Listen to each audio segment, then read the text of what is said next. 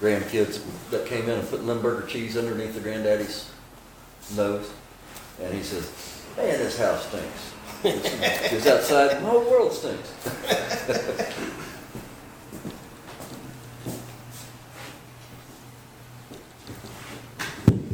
All right, all right. Still got the verb going on? Yes. I like that echo. I love that echo.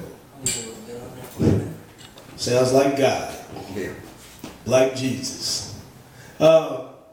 This is going to be great because I'm standing here in front of 3 people. So that means I'm either going to get 3 laughs or 3 boos. And that's all right. I know these guys, so I know they will not be too harsh on me. I hate being in front of people that I do know and that I don't do well because usually like what happens is you'll be like in a store somewhere and you'll run back into these people and you'll say, hey, how's it going? Don't you high as it goes me? I seen you when you tanked the other day. That was ridiculous. And I hate when people walk up to me and they'll say, well, you did bad. Where do you work at? And I said, well, I work in a grocery store. And they'll say, well, you know what? You probably need to stay there. You know, don't do the comedy thing anymore. Actually, I don't work in a grocery store. I work for a school system.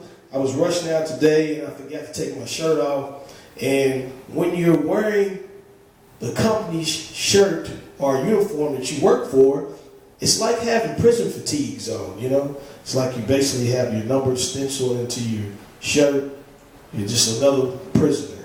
Yeah, and I ain't feeling that way, man. I don't want to feel that way, you know? I want to do what I want to do. I would rather not have a job. I don't want to work for anybody. And there's a lot of people out there on the street that do that. They're homeless people. But I want to be the type of person that has my own place to stay. I could not be a homeless person, man, you know? I don't want to talk about homeless people. Maybe somebody sitting right here might be homeless and they might attack me afterwards. But that's a great occupation, you know?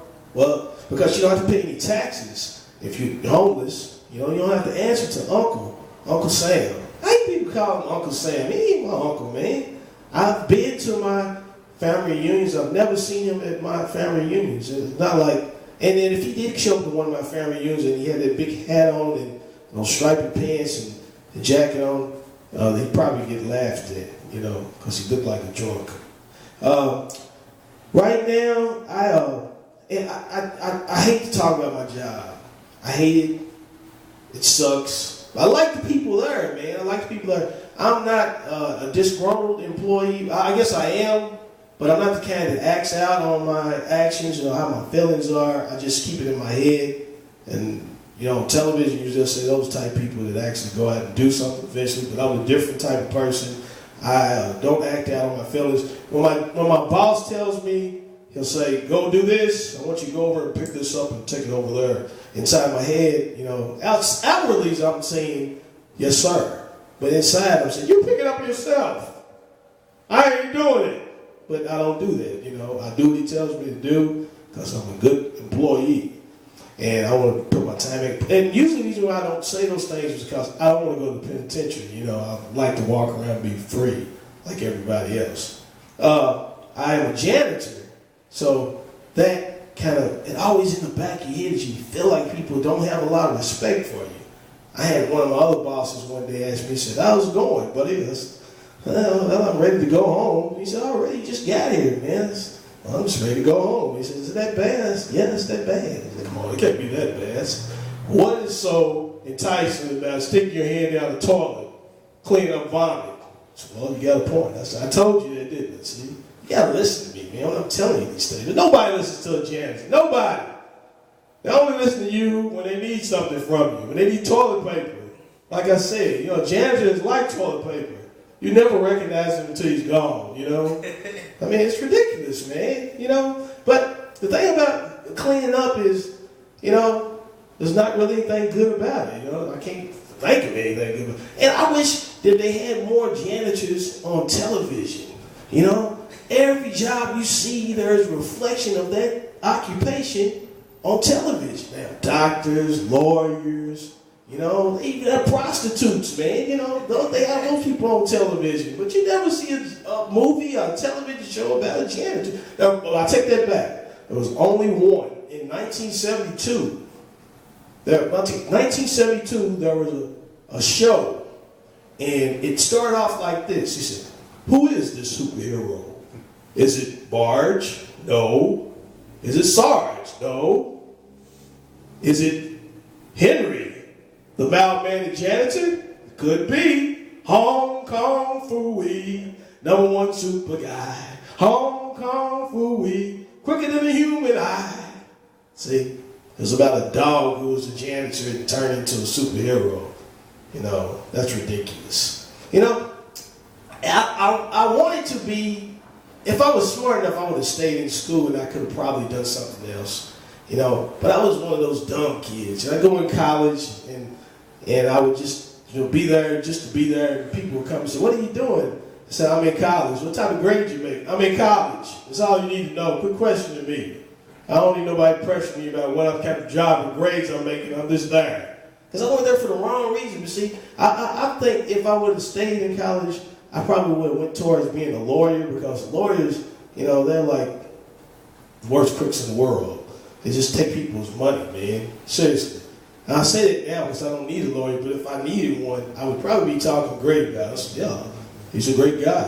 Hopes he gets me out for this 100 years I'm facing, Lawyers, man, on television, they look like the best people in the world, They go above and beyond to try to help you on your case and stuff.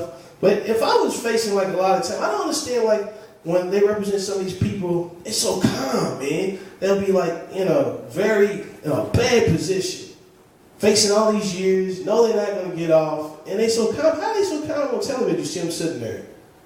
I mean, the judge be right there saying everything. "Oh, this guy, he did this, he did that, he's probably not going to get out." Like, me, he got to be on drugs or something, because if that was me and I knew I was facing time and I was never going to be able to get out and walk free ever in my life ever again, I would have to have plenty of Kleenex and toilet paper and diapers, because I'm going to be pooping every 5 seconds. I know it. I mean, how can you not be upset about that? I don't understand. I would like to be able to walk free. I want to be able to stop at a donut shop whenever I want to and get something. When you go there, you got to take whatever they give you. They give you stale donuts, if you get a donut, And the thing, I've never been locked up, but I always wonder, it's funny because when I go to the courthouse for certain, ticket or whatever, that's when I run into people that I haven't seen in a long time. I run into people from the past, I do. People that I went to school with. And they'll be going to jail, they're getting locked up. They say, "How's it going, John? Everything all right with you?" "Yeah, everything's great. Apparently I'm doing a lot better than you are, I'm just down for a ticket, but you like facing like a lot of time. I guess the next time I'll see you will be on the highway, right? And you got the orange jumpsuit on. That's got to be horrible too, man. It's like, I guess it's kind of like they're performing too, like I am right now. If I was in front of 500 people, they'd be in front of an even larger crowd on the highway. And, they'd be walking there. And I guess they put them on the highway because they know they can't escape. I mean, they can if they want to, but if you're on the highway, where can you run? I mean, you might be free for 2 seconds before you get hit by one car, then you get hit by another, 6 or 7 other cars flip you up in the air. But, I think I'll go ahead and end this because I just keep rambling on. There's nowhere else to go to with this, But I enjoy being in front of people. These are some great musicians who have just performed, and I love performing in front of musicians because you guys are so considerate of me. You listen to me, you make me feel good about myself. Comedians are idiots, I perform in front of other comedians and they're not very quick. They don't give up a laugh so easy, man. Comedians, man, even if they know your joke is good, they'll just they fight it, And like if you do that several times, man, you're gonna end up farting, If you hold that in, you gotta let it out. And when I started doing comedy a long time ago, I was always around older comedians, older performers who would try to help you out. Because I would get really nervous before I would get up in front of people, and they would say, "Look, kid, just take it easy. Just take these drugs right here. It'll help you out before you get on stage." And they would try to give me alcohol and stuff, but I would never do it but I would just look back and see if it would help them. And the guy would, he'd take his drugs and he'd drink and he'd get up on stage and then he'd just like black out. And I said, well, it's not for me. I'm not going to do that.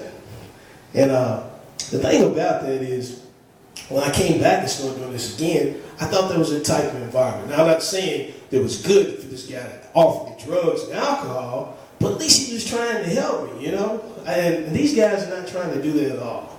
These guys, for some reason, they don't want to see you do right. They don't see you do good. So, but the thing about it is, when I came back and I tried to introduce myself, one of the first people I walked up to in the bar, I said, my name is John Maupin. And the guy said, okay. And I had my hand out there, and you get kind of embarrassed when you're sticking out there and the other person doesn't check it, so I had to try to improvise and just, did the wave, stuck my hand in my pocket. But I said all that to say is that I hate cliques, and that's what some comedians are. They have these cliques, man. And cliques are the brown stain on America's underwear. If America had underwear, that's what it would look like, so.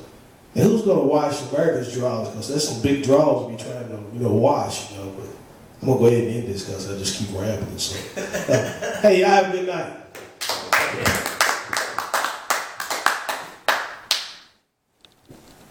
I don't know where I was going to with it. I was thinking.